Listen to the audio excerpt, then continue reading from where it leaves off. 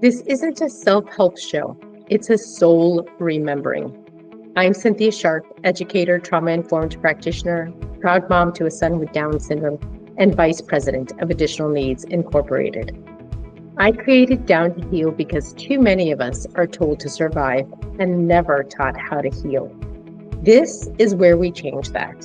Every other week, I sit down with parents, practitioners, neurodivergent voices, and body-based wisdom keepers. We talk about what really heals: nervous system regulation, somatic truth, community care, and the stuff you don't hear in the mainstream. Because healing isn't talked down, it's shared, it's messy, it's sacred. If you've lived it, studied it, questioned it, or been broken by it, this is the space for you. Down to Heal is a space I wish I had, honest, whole, and held. We're not here to fix. We're here to feel, reflect, and rise together. Listen on Spotify or YouTube. Let's get down to heal. Today, we're talking about hormones, how they affect women, our children, and our everyday lives in ways that are often misunderstood or dismissed. I'm joined by Beth Simmons, a family nurse practitioner certified in functional medicine, naturopathy, and well care. Beth's path into functional medicine began through her own health journey with endometriosis, after being told there were no real solutions, only symptom management. In this conversation, we explore why traditional medicine often overlooks root cause healing, what actually happens during perimenopause, and how stress, gut health, and hormones are deeply connected. We also talk about practical, doable wellness tools, things that support real families, not perfect routines. If you've ever been told your labs look normal while your body feels anything but, this episode is for you. Let's get down to heal.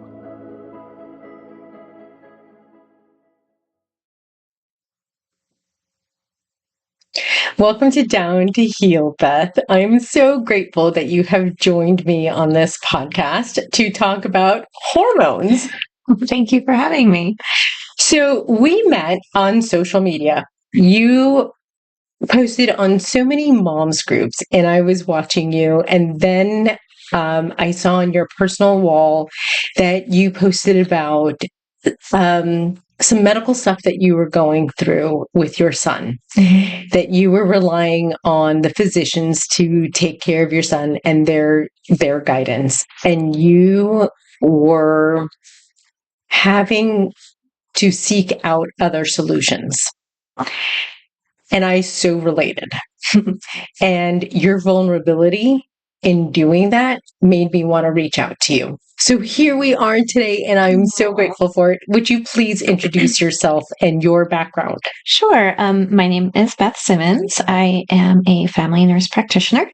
I am also certified in functional medicine, naturopathy, and I'm a certified wound care specialist. Fantastic. So we met at the mall, and we walked the mall from that conversation of doing that social media connection. And then I felt like we really connected, and I literally told you we need to do this. Yeah.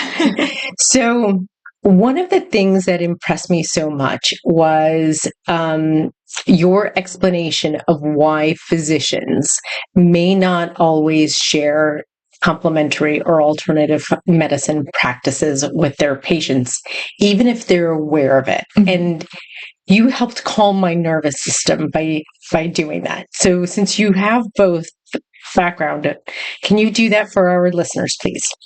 Sure. So I would suggest that part of it is that we don't get a lot of training in this area with traditional means. We get maybe one diet class. We might, if we're interested, take some extra coursework in integrative models. But I feel like the traditional world is more based on diagnostics and how to treat with medications. And of course, we say we want to support lifestyle. So we'll give some general recommendations, but nothing deep dive. So I think the first thing is the lack of education in the area in the traditional medical system. And then the second comes more like licensing. So, for instance, in Florida, naturopathy is not really recognized. So, kind of crossing into that realm may or may not be okay. And with traditional medicine, we are very evidence based. So, if there isn't a lot of strong research behind these different interventions, even though we know it makes sense that it works, we may not be able to promote it. So I think that's why a lot of people don't put their toe in the water in that area. So, thank you. Why did you choose to seek out functional medicine? Like that alone, because I sought out biofeedback for our son, right? Like that, I think every parent should think outside the box when it comes to their child, whether or not they're neurotypical or neurodivergent. So, please. Well, I would say that my journey into the more natural realm started pretty early in my life. I have endometriosis, and I was not finding much relief in the traditional world. Essentially, I was told I was uncurable and untreatable, and I would have to learn how to live with pretty significant pain. So pretty early on, I studied on herbs, and I loved going to the natural food store, this little cute little shop, and I would learn about the different herbs. And I did find that homeopathy in particular helped my own body. I tend to have really bad side effects with medications. I later learned it's because I have the MTHFR genetic mutations that don't allow me to process medications as well as probably typical. But more specifically with my children, my son in particular, he was not responding well to medication. So I wanted to seek out measures to get help for him in the less traditional realm, since the traditional medications were not working for him. And honestly, I found that the expense was exorbitant to see a lot of the clinicians. And I said, well, with the money that I would invest in seeing another clinician, I'm going to invest in my own education, and I'm going to get more well-versed. I already had a foundation from my own personal studies, but I decided to take formal training. And that was incredible. It was really like deep dive endocrinology.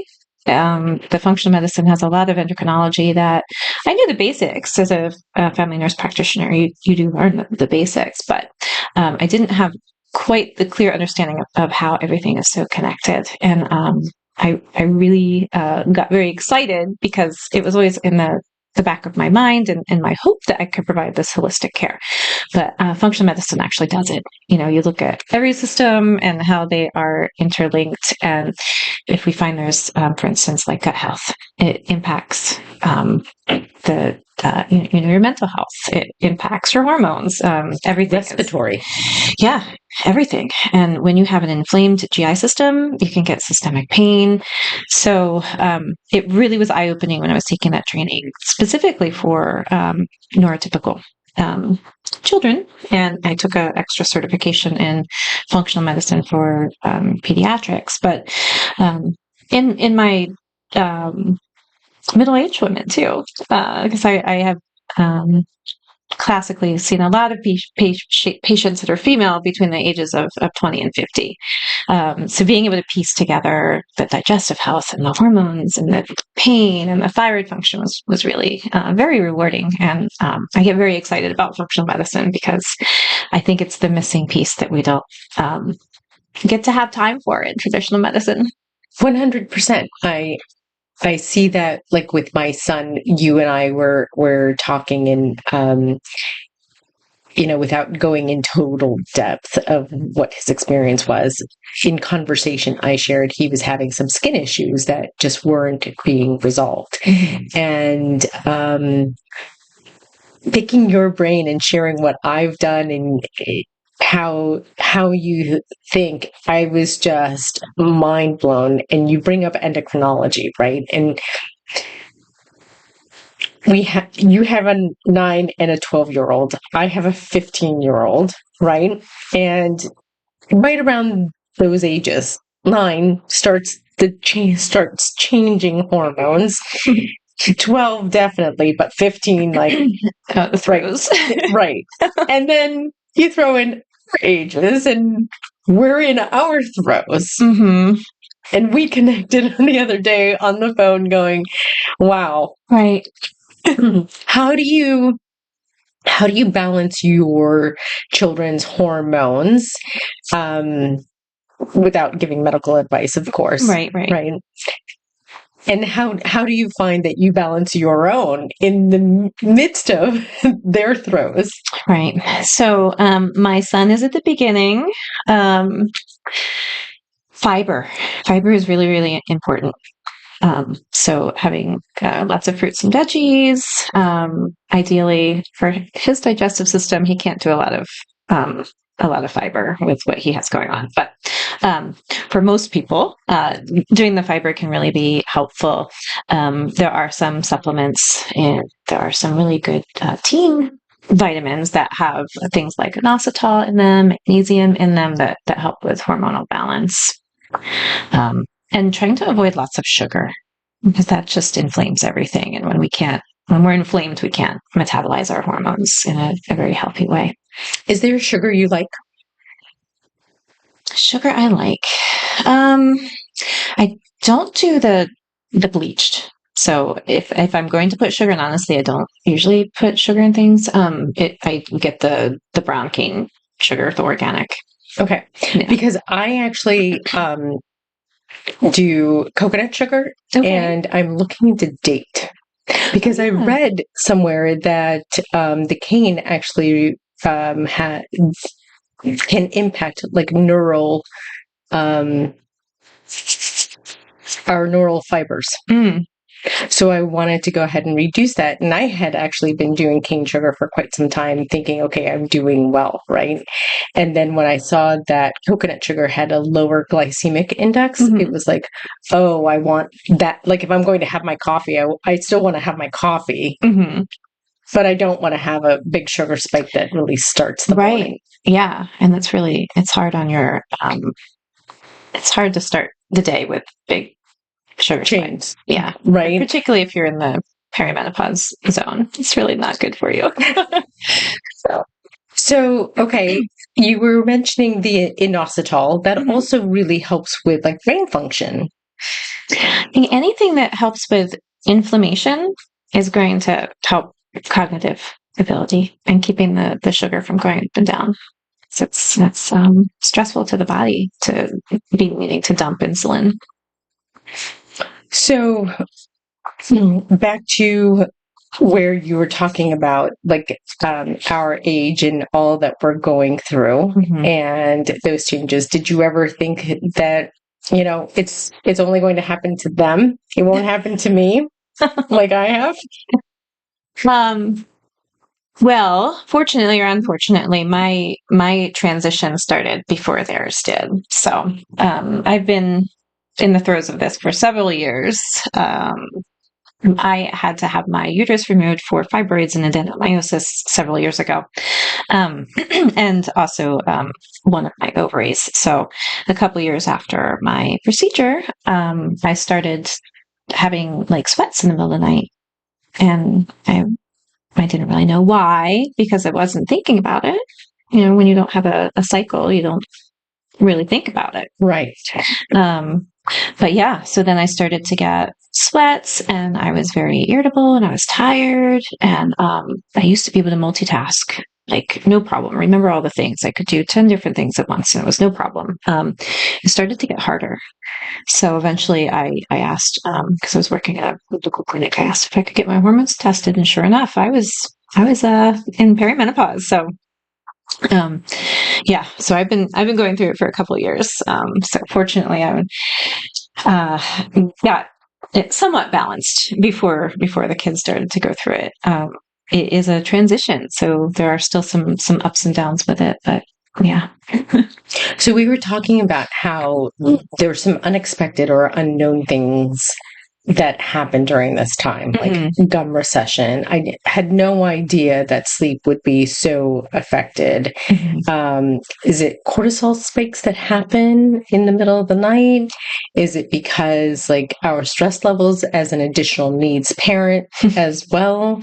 Is that combination? In perimenopause, our adrenal system becomes more important because as our ovarian function decreases and we don't have as much estrogen and progesterone, our DHEA needs to really help to balance that out. So if we're going into our day under high stress, a lot of times that will unwind overnight.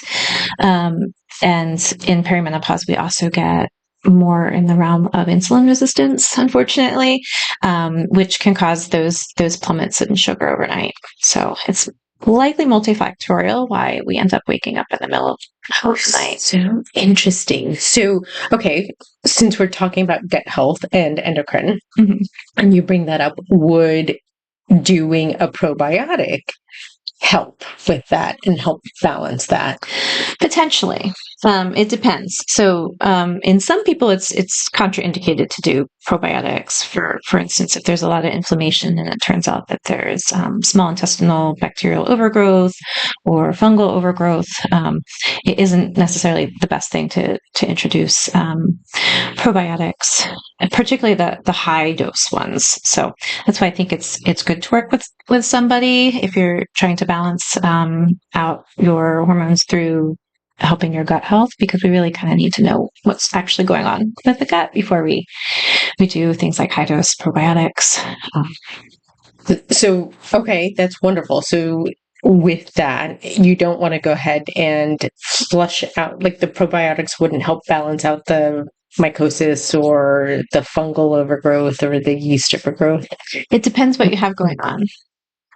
Okay. Yeah. So, if there is like a big strep or a big E. coli overgrowth, we sometimes need to do things like antimicrobial herbs to get that calmed down before we add a bunch of probiotics. So, and we also need to work on motility, because if the digestive system is not running smoothly, and we aren't, passing our stool routinely, then adding those probiotics is kind of like they reproduce too quickly and they can make you really, really gassy and cause digestive upset. So going back to what you mentioned earlier about the fiber, right? Adding fiber.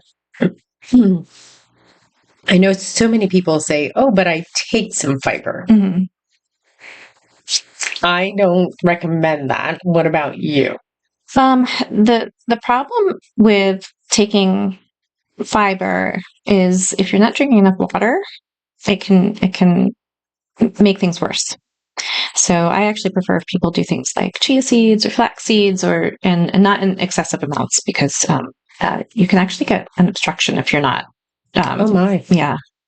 So fiber is not always indicated if you aren't drinking enough water, or if you have not built up to it.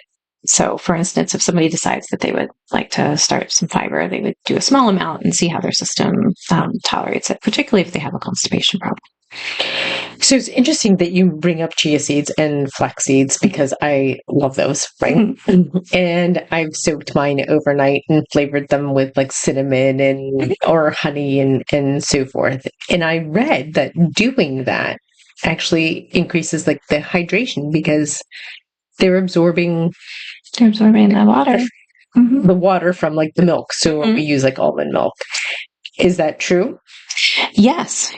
So we can get hydration through a lot of different means. We don't have to just drink water. We can eat fruits, or, like you said, have things that are soaked in moisture, and that everything helps motility if we are hydrated well.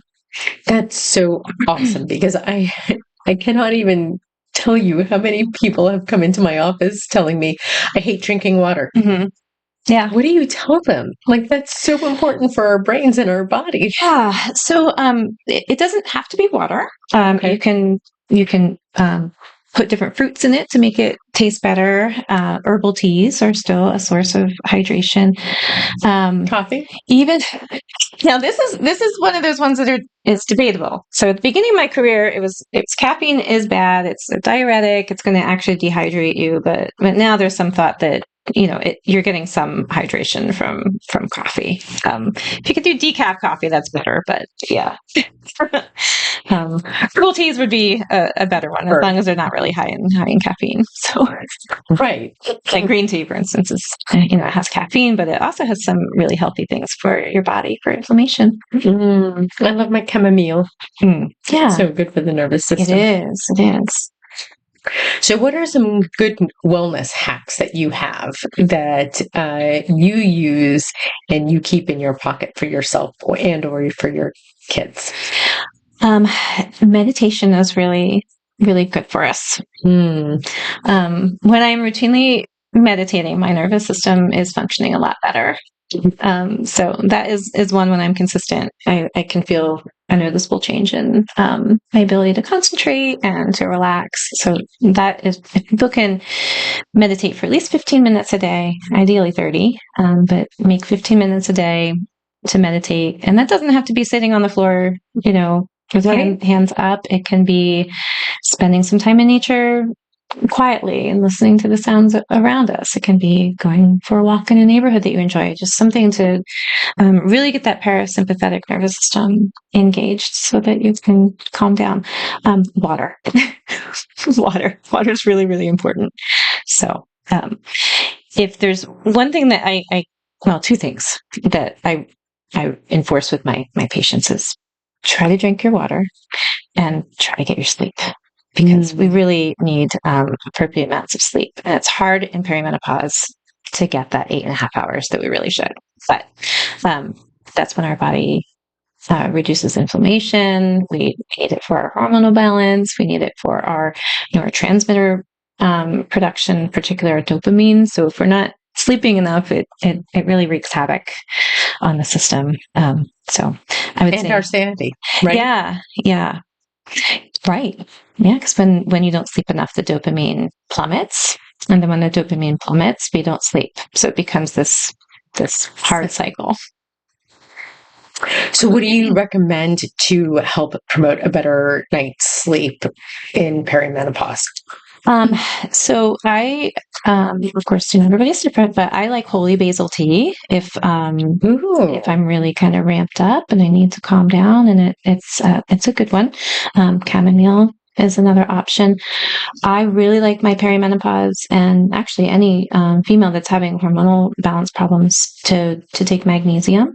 So magnesium glycinate in particular can be very helpful for promoting sleep, and also helps with insulin and anxiety and bowel health. So yeah, magnesium. And then like progressive relaxation techniques. So if you can learn how to contract and relax those muscles, a lot of times will just help to calm the body down in preparation for sleep. And also help you be aware of your body, right? And where you're holding that tension and like help it release. Right. Because if we go into sleep all tensed up and we haven't processed our day, we're probably going to wake up and have some vivid dreams. It's also a possibility. So. I didn't think about that. So how do you keep your patience with your kids when they're having their spikes and you're having yours and you haven't had a good night's sleep? So I sometimes put myself on timeout. I like that. Yeah. So if I know that we are all getting ramped up, both of my children have ADHD, and they can get very high energy, and I'm a bit of an empath. So when I feel them ramp up, I start to get ramped up, and when I get ramped up, they get ramped up. So if they can't or do that, I will go. I'm taking time out and going in my room, and I'll be in there for at least 15 minutes. I'm calming down and I'm breathing. Because when our lids are flipped, nobody's hearing anything and nothing is changing. So I had my kids in OT early, and they know, they call it the volcano breath. Oh, I love that. So if we are really getting ramped up, can do your volcano breath. So those are some tricks. I like that one. Yeah. So have they ever come after you? Like, you say, I'm going to go ahead and take a break. And then they are like, no. Not anymore. Okay. But that used to happen. I know it's happened with me. That's why I'm bringing it up. Yes. So now that they're a bit older, I'm very open about my emotions and my needs. And I think that it's important because I want them to understand, my needs, and I think it helps them to learn how to express what their needs are in that moment. So, my daughter will say, I'm feeling nervous about something, or I'm feeling angry. And I think it's important to be able to express that and be honest in our human existence. Couldn't agree more. And that's why I wanted you here, because you have such a way of communicating and sharing. And every time I listen to you and how you speak about your parenting, I know I'm probably going to make you cry. It really warms my heart. Oh, thank you. It really does. Like, I haven't been a perfect parent by any means, and there are things that I really choose to model. And I hear that with you all the time. And I just feel like in that regard, I've found like a sister practitioner, right? That I resonate with. So, cannot thank you enough. Oh, I appreciate that. Yeah. And to be honest, it's not always perfect. It's very messy a lot of the time. When everybody, like I said, when our lids are off lit. But I think it's important to make that space for yourself and breathe. So what happens, what do you suggest with the women who are experiencing it and unable to regulate and may have like an episode where they may say or do something that they regret? Hopefully they're not being abusive, but they're just, maybe they said something that wasn't unkind. What do you recommend that they do in that moment to come back to center? Really the breathing. So box breathing. So the box breathing, it's, in for 4. In for 4. I need 6 because my nervous system does not, 4 is not enough. So I need 6. But the box breathing in particular, it really does reset the nervous system most of the time. So let's dive into that a little bit before you go on to the next one. So it's in for 4, hold for 4, out for 4, or 6 in that. Yeah. Right? And then back up, right? Right. So hence the box. If you can visualize that in your head for those listeners who've never done a box breath, now you know. Yes. Yeah. And for most people, it is very, very helpful. Tapping is another good one. And there are videos online to learn how to tap. But yeah, sometimes if I'm, this isn't enough to start here and here. And usually by this tap, I'm calm, peaceful. I like the Tarzan. Tarzan? I don't know Tarzan. What's that one? It's a thumping of the chest. Okay. And then you literally, Oh, yeah. But then when you do it with your kids, and when I used to do it, I used to try to get Jack to do it with me. And I use it in here all the time. Like, how loud can you get? How quiet can you go? And you make it a fun game. And for me, like, to be able to do that, it not only helps like offload the emotion, but it really helps like you don't realize that your thymus is right there. So you're boosting that immune response. And when we're stressed, every single time we're stressed and we argue, even if it's just a little bicker, we deplete our immune system. Right. Yeah. Like that's mind blowing all on its own. Absolutely. So how do we amplify our immune system? Because that also becomes a challenge as we age. Sleep, water, and healthy nutrients. So, in an ideal world, which we don't, especially busy moms, don't always live in, but in an ideal world, we'd get it through our food. We'd eat the rainbow. We'd get our antioxidant rich foods with our berries and our carrots and our dark leafy greens and all those things. But if we aren't getting all those things, there are supplements that have the vitamin D and the vitamin C and the zinc that are so helpful for supporting the immune system. A lot of people, even in sunny Florida, are deficient in vitamin D, and really, when the vitamin D is lower, our immune systems can suffer and we can get more inflamed. So, if there's one supplement aside from magnesium, vitamin D. So getting outside. Mm-hmm. Yeah, get the sunshine. I had a chiropractor tell me that in order to get and absorb more vitamin D, we should go and get a little bikini and get outside and get our bellies exposed. Okay. That was really where our vitamin D was absorbed from. It's all of our skin. I don't know about the belly in particular. I haven't heard that. Not to say that it's not true. I just haven't heard that. But yeah, our skin and our eyes. Yes, first thing in the morning and last thing at night. Yes. Watching the sunrise and sunset. Getting that first morning light, watching the sunset, it helps to regulate our circadian. Circadian rhythms.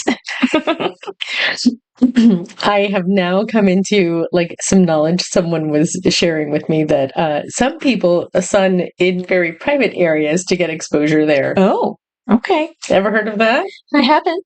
I didn't know that it would cause any intended benefit. But really, I mean, if we had full exposure, that would be how we would best get the I guess vitamin. that's why we should have been cave women. Yeah.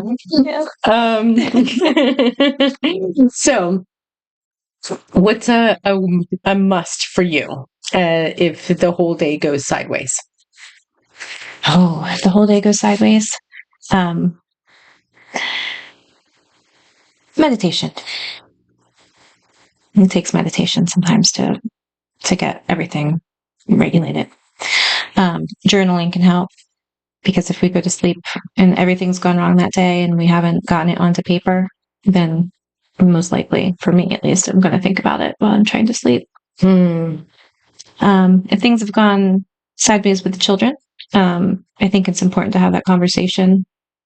It's at least sometime, a couple, not usually right before bed, but ideally an hour or so before bed, so that those things can get out of everybody's mind before they need to sleep too.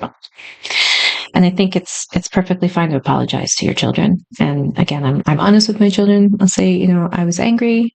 I'm sorry I raised my voice. I shouldn't have yelled. I was feeling this way, and sometimes I'll say that wasn't okay. So I talked to you that way. So I think it's important to really try to make amends before people try to go to be bed. Human, right? Yeah, be human. Yeah. Because, they're not going to encounter everybody being perfect out there. So it's important to know what is an okay behavior and what's not.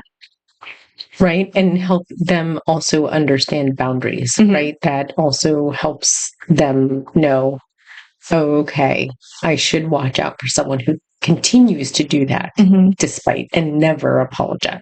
Right. Yeah. And I remember I had an incident with our son where I wasn't proud of myself, and I so wanted to communicate that and didn't know how well he would receive it the next day. And so what I had done was at night, I wrote him all the great things that I knew that he was. Aww. And I put it into a little book and just stapled it together and left it on his chair and went and showered first thing in the morning. Oh, and that's so nice. Doug told me, he's like, he just wanted to go and hug you and say thank you. So I just want that to be known for any mom who, we're made perfectly imperfect, right? It's when we realize that we are that imperfect, that we embrace those imperfections and we make the change, right? Not to continue that pattern, but really choose to make that shift. And I like that about this time in my life, right? I feel like in the 20s, there's such a perfectionism right? You have to have a certain appearance and a certain dress size and certain status. And I feel like as I've entered middle age, that I'm more accepting of, it doesn't have to be perfect. And I can really just be me, and that's okay. I don't have to be, in the gym, every day. And yeah, I think that's one of the benefits at this point in life is I'm more accepting of myself and others, really. I agree. And I think part of it for me was also coming into acceptance with Jack and then acceptance of my own like inadequacies and deficits and realizing, okay, this can become like a strength. And there's a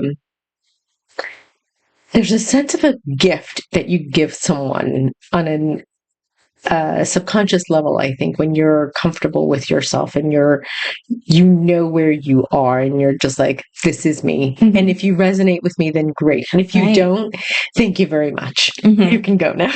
Yes. Yeah. The people pleasing thing is not quite as it was for me. Right. And I feel like I used to get very upset and it took it personally, but I mean, we just know that not everybody connects with everybody else, and that's okay. We're going to find the people that we connect with, and it doesn't have to be personal. Truly. Oh, that was good for my own heart. We definitely do this between each other all the time. So thank you very much for that.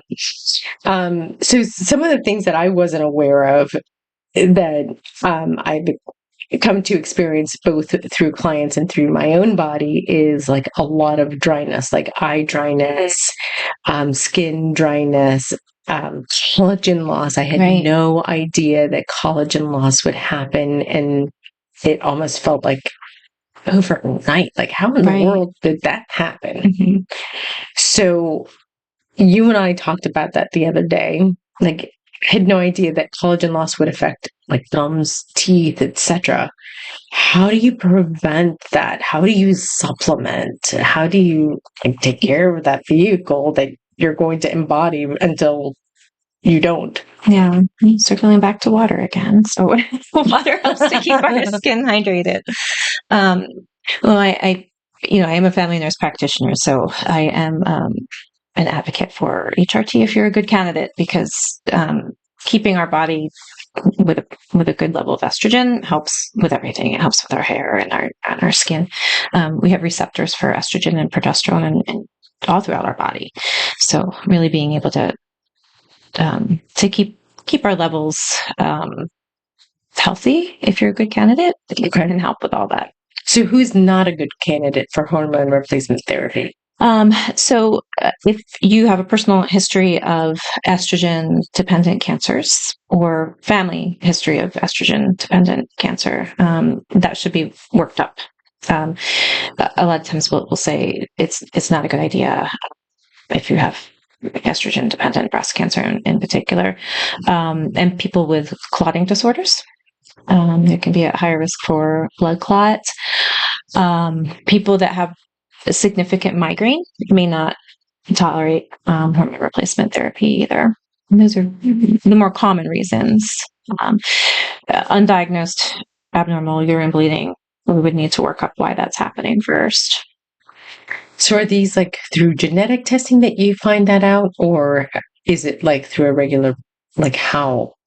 For the blood clotting disorders, we can do blood tests just to make sure that isn't a risk. There are genetic testings that can be done to look for genetic specific risk of cancer. Usually, if there's a breast cancer diagnosed in the family, they will biopsy to see if the cancer is estrogen or progesterone sensitive. All of this did not anticipate that would be a thing that would cause someone to like need to be worked up on. And I had interviewed someone who really works on like that insulin and sugar balance. And she had mentioned that doing hormone replacement therapy would cause cancer. Can you discuss that for me and share your perspective? Because I was so proud that you shared some new research from the National Institute of Health. It was, I believe. Well, there's been a lot of research out there, but the FDA just lifted some of their black box warnings on estrogen, specifically vaginal estrogen. So can HRT cause cancer? For somebody that has cells in their body that are cancerous, that are estrogen dependent, if we add fuel to that fire, it could add fuel to cancer, and then cancer may be present. There is a slightly increased risk of breast cancer when estrogen and synthetic progesterones are used together. Statistically, there's a slightly increased risk. We have not found that same risk with bioidentical progesterone. So I don't prescribe the synthetic. I do the bioidentical progesterone for that reason. But we've also found that estrogen is actually protective for breast health and cognitive health and bone health. So it might actually be that having the estrogen could prevent breast cancer, which is mind-blowing from somebody that started my career about 11 years ago, where it was, at that time, it was like, don't do HRT until somebody's been without their period for a year, and it's not really good. You only do it for people that are completely miserable. It's definitely shifted in the last year, and I'm excited to see this research out there and this knowledge that no, estrogen is actually good for us. It's not, it's not the bad thing anymore. What used to be given was these synthetic oral HRTs, and those are the ones that are at higher risk for these problems. So if someone were seeking out a functional medicine physician and assistance with the hormone replacement therapy, what should they ask anyone for in regards to that? Like, what kind of qualifications and what kind of knowledge as far as the product goes should they ask to know, okay, I'm working with the right practitioner and this is not just a fly-by-night kind of.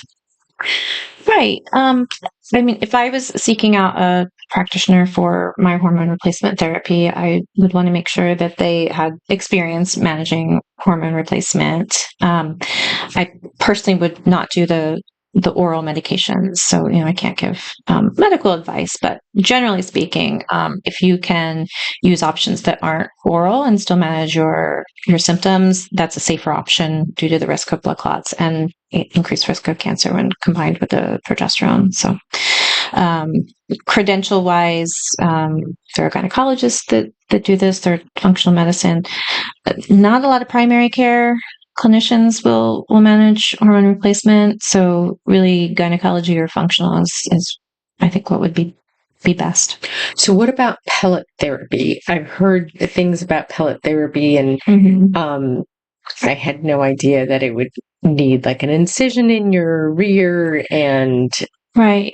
So I have been trained in pellet therapy in regards to having the knowledge about it. I don't personally do pellets. There are clinicians that do it, and they are very proactive. They feel that it's a really good methodology. My concern with the pellets is particularly with testosterone pellets is I've just seen some negative impact on my patients in regards to hirsutism and some other negative side effects that can happen with testosterone, with mood. And then when you have a pellet, it's not exactly easy to get it out and stop that administration. So, and they're usually about 3 months that they last. The estrogen, my concern with estrogen, and you see things online, right? But that the initial spike that you might get with a pellet, that would be my concern there. But because I don't manage them, I would defer more thorough education in pellets to people that do them routinely. But that's my hesitancy from what I've observed with the pellets, particularly the testosterone. You said that so well. Hirsutism. Right. Thank you. So that's where females grow more hair. Correct. And I actually saw just this week a female who, like, I could tell that she had been shaving and her chest was actually like with hair. Yeah. And I was shocked. Do men go through that as well? May I ask? Through not the hirsutism, but the antithesis, like the loss of hair and like that. So, yes, when we can get male pattern baldness, men's testosterone levels can certainly start to go down with age and obesity. So men can also get some deficiencies in androgen that can cause some changes in their body.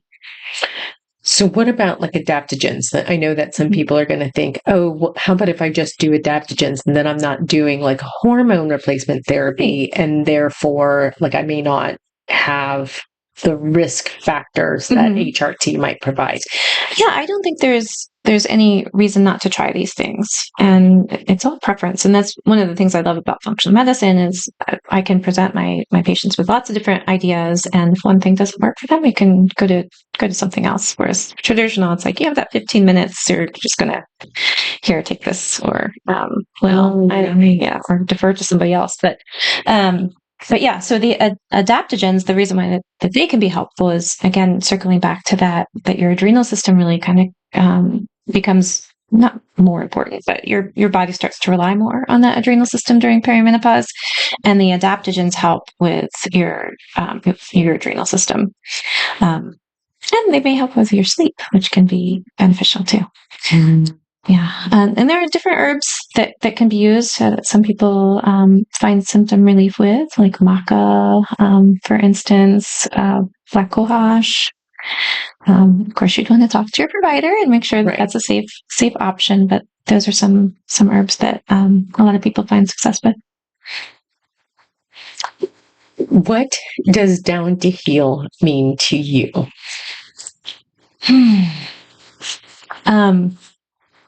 I'm really excited about Down to Heal because we need these resources. We need to, as a parent, it's really hard to find those resources, and it's not easy to be an additional needs parent, right? To even find the resources that can help your children, to find the resources that can help you, and for me, it's an important part of it is about connection. So I'm really happy I met you. And I have a couple friends in the community that have additional needs children, and I think it's a journey that not everybody understands, and it's important to have that connection and the support. Professionally, I really want to be able to help people like my children, and I'm glad that I can be a resource for other families out there that may be experiencing some of the things that I am. And I'm grateful that you came on to share that, because as you know, you've been there. Like, this is all meant to like jumpstart that learning, right? Wherever that individual is, the nice thing about technology now is you can kind of tune in when you can. And I cannot impress upon you enough my gratitude for your knowledge and your calming spirit. Like when we walked the mall and you shared what you shared, I just felt like everyone should hear your voice. It's soothing and your knowledge is affirming, and it needs to be shared. Thank you. So I am grateful for you coming on. Is there anything that you wish for the additional needs community? Connection. It's really important to have your village. And I think historically I've felt quite isolated a lot of the time in my journey with my kids, and having that community really makes a big difference for myself and my children. Yeah. And I think it also does for your patients, right? Because then they feel that you are tapped in and you have that compassion because you feel that support and it just exudes, because I can't help but feel it from you, right? Yeah. And so I think that beyond connection, it's knowing that we've got each other. Mm-hmm. And I think that the more that we come together and realize that we will be stronger together, even if we don't resonate, there's like a great strength in that, right? Absolutely. Of just recognizing we've got to come together and uplift. And I'm grateful for your support. Oh, thank So you. thank you for coming on to Down to Heal. Thanks for having me. For each other. Thank you for joining us on Down to Heal, a space where we don't escape the mess. We lead it with heart, with courage, with curiosity. This podcast is part of a bigger movement, of remembering that healing is relational, that community is sacred medicine, and that we rise by tending to the roots. And that real change begins by tending to what's been ignored for too long. Through Synchronicity and Additional Needs Incorporated, I walk alongside parents, practitioners, and families navigating the spaces where the system falls short and where the soul steps in. If something in this episode spoke to you, let it ripple, share it, sit with it, or simply take a breath. And remember, you're not alone. Because this is not just personal. It's collective. It's cultural. It's generational. It's how we build a world that holds all of us. Until next time, stay rooted in truth, stay soft in your heart, and stay down to heal.